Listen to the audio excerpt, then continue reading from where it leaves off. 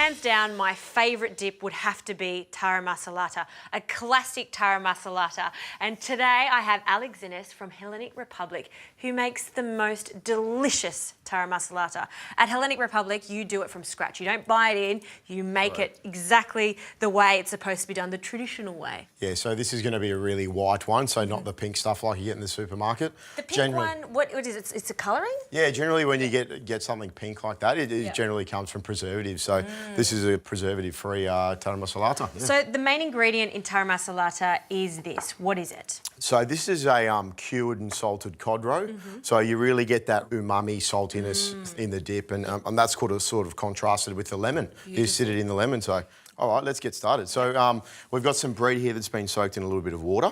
We're just going to add some lemons to that. Yeah. And that's stale bread, which will work better because stale it'll bread, hold it. yeah, exactly. And obviously the bread helps to hold the dip, and you get a nice whipped, airy finish to it as well. So I'm just going to pop in the juice of 2 lemons. Okay. Oh, straight into the bread. Straight into the bread first, yep. Then we'll go straight into the jug with our bread and the lemon juice. Hold that. And you can do this in a food processor if you want. We're doing a small batch today, but if you want to make a nice big batch of this, I would have it sometimes for lunch on my sandwich. Yeah, you can do. Bread, it's beautiful. Yep. Recipe easily doubles or whatever you like. Yep. So we've got a 1/4 of an onion going in. Okay. Just a good classic brown onion. Yeah, that's it. So brown onion straight in. Yep. And this dip's really good because it'll last in the fridge for a few weeks as well. It's got the lemon juice is an acidifier, so generally something with lemon sort of lasts a bit longer. So if it lasts that long. Yeah. Not in my fridge. Straight in with the cod roe, the tarama paste. So it's about 2 tablespoons. Yep. And then we're just going to blend that up. Oh, it's too easy.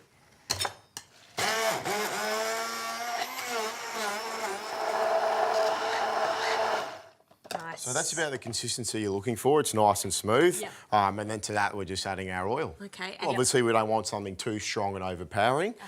Just really need that cod roe to come through. So we need a neutral oil. You can use grapeseed, canola or vegetable oil. They're best for that. Nice one.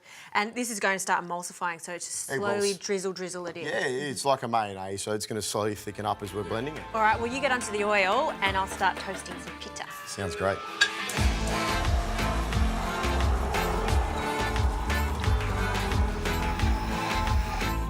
All right, so we've added all our oil and it's really nicely whipped. Look at that, super airy, super thick. And yeah, the white stuff. So. It looks so good. It's such a treat to see it being made. I think a lot of people wouldn't know how Taramosalata is made from scratch. We know it as a pre-made dip. Exactly. And it tastes slightly fishy, but now we've seen the real deal. Yeah. And the pita bread's just so soft. It's the perfect accompaniment with it. Look at that. There you go. All right, and hot. Some pita bread for that as well. Do you like snack on it every day in the Republic? Or you have to control yourself? Don't tell anyone. Oh, yes. Look at that. All right, I'm going to dig in. Yeah, some for me too. Thanks, Jocelyn. And I don't do a little bit. I need to just, like, mop it up.